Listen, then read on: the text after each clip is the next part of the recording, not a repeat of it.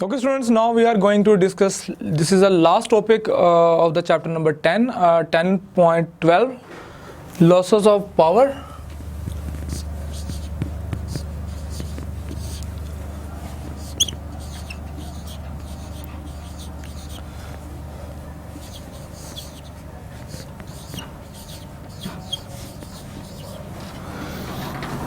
Losses of power बच्चों हमने करना है ऑप्टिकल फाइबर में, कि ऑप्टिकल फाइबर में जब हम जो लाइट ट्रांसमिशन करते हैं जिसमें हम वो पावर की फॉर्म में हम कर लें कि जो हमारे लाइट सिग्नल्स होते हैं उनकी जो पावर होती है, या जो हमारे लाइट सिग्नल जो डिसमिस हो जाते हैं, अब्जॉर्ब हो जाते हैं जब स्ट्राइक करते हैं on the walls of the fibre optics, और कुछ स्कैटर हो जाती है लाइट। वो क्यों होता है कि जो इम्प्योरिटीज़ होती हैं जब फाइबर ऑप्टिक्स बनाया जाता है, ऑप्टिकल फाइबर जब उसकी मैन्युफैक्चरिंग की जाती है, तो उस दौरान जो है कुछ इम्प्योरिटी एटम्स होते हैं वो रह जाते हैं on the surface of the fibre optics, optical fibre, जिस वजह से जो लाइट जो होती है जब वो उसे स्ट्राइक करती है जो ऑप्टिकल फाइबर के अंदर, ऑप्टिकल फाइबर के अंदर जब लाइट स्ट्राइक करती है तो एक सिंगल वेवलेंथ की जो लाइट होती है वो डिफरेंट वेवलेंथ्स के अंदर स्प्लिट हो जाती है।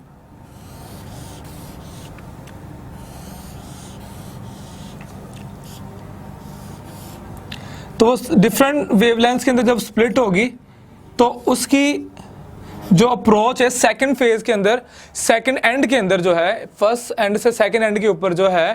जब स्प्लिटिंग हो जानी है तो जो सिग्नल होता है, एक सिंगल सिग्नल जो है लाइट का, वो डिफरेंट सिग्नल्स के अंदर जो है बंडल ऑफ वेवलेंथ्स के अंदर वो स्प्लिट हो जाता है। इसकी जो रीज़न है वो ये है कि एक तो जो मटेरियल होता है हमारा फाइबर ऑप्टिक जो होता है उसके जो मैन्युफैक्चरिंग होती है उस दौरान जो इम्प्योरिटी एटम शामिल हो जाते हैं, और दूसरी रीज़न इसकी ये है कि वो एटम जहाँ पे एक फाइबर ऑप्टिक को ज्वाइन किया जाता है उसकी लेंथ को बढ़ाने के लिए दूसरा फाइबर ऑप्टिक को जब जोड़ा जाता है साथ, तो वहाँ भी जो इम्प्योरिटी एटम्स आ जाते हैं उसके जॉइंट्स के ऊपर, वो भी लाइट को स्कैटर करते हैं।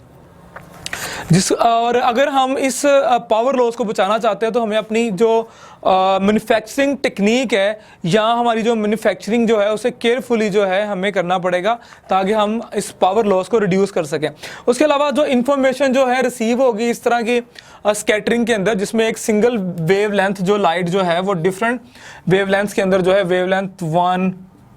2 और 3 के अंदर जो है स्प्लिट हो जाएगी। तो ये डिफरेंट वेवलेंथ जो होते हैं, ये स्कैटरिंग होने के बाद हमें सिग्नल जो मिलेगा वो डिसरप्टेड सिग्नल होगा, स्प्रेडिंग सिग्नल होगा, और इनएक्यूरेट जो है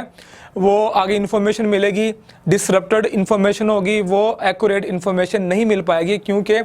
एक सिंगल वेवलेंथ का जो सिग्नल जो था, चाहे वो साउंड की फॉर्म में था, किसी भी डाटा की फॉर्म में था, वो स्प्लिट हो गया डिफरेंट सिग्नल्स में स्कैटरिंग की वजह से, कुछ इसमें अब्जॉर्ब भी हुआ है। और इस तरह का जो ऑप्टिकल फाइबर है वो हमारे पास आता है। इस तरह का ऑप्टिकल फाइबर की हमने एक एग्जांपल पढ़ी थी कि इस तरह का जो ऑप्टिकल फाइबर जो होता है वो मल्टी मोडेड या सिंगल मोडेड या multi mode step index fibre होता है,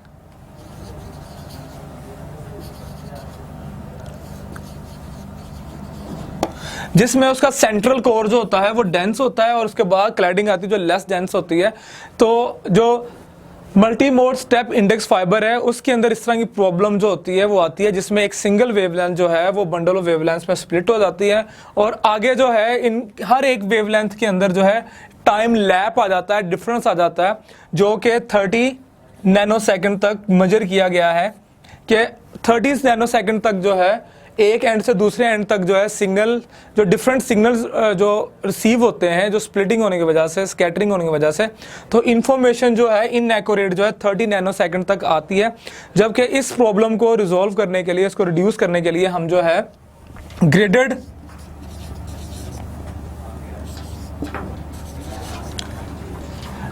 ग्रेडेड इंडेक्स फाइबर जो है वो यूज करते हैं to reduce this situation, to reduce this power loss. इसके अंदर क्या होता है ग्रेडेड के अंदर कि उसकी जो डेंसिटी होती है वो ग्रेजुअली जो है डिक्रीज कर रही होती है सेंटर से आउटर वर्ल्ड की तरफ। तो अगर इसके अंदर वेवलेंथ, डिफरेंट वेवलेंथ्स में अगर लाइट जो है स्प्लिट हो भी जाती है तो वो एक पॉइंट से दूसरे पॉइंट तक जो है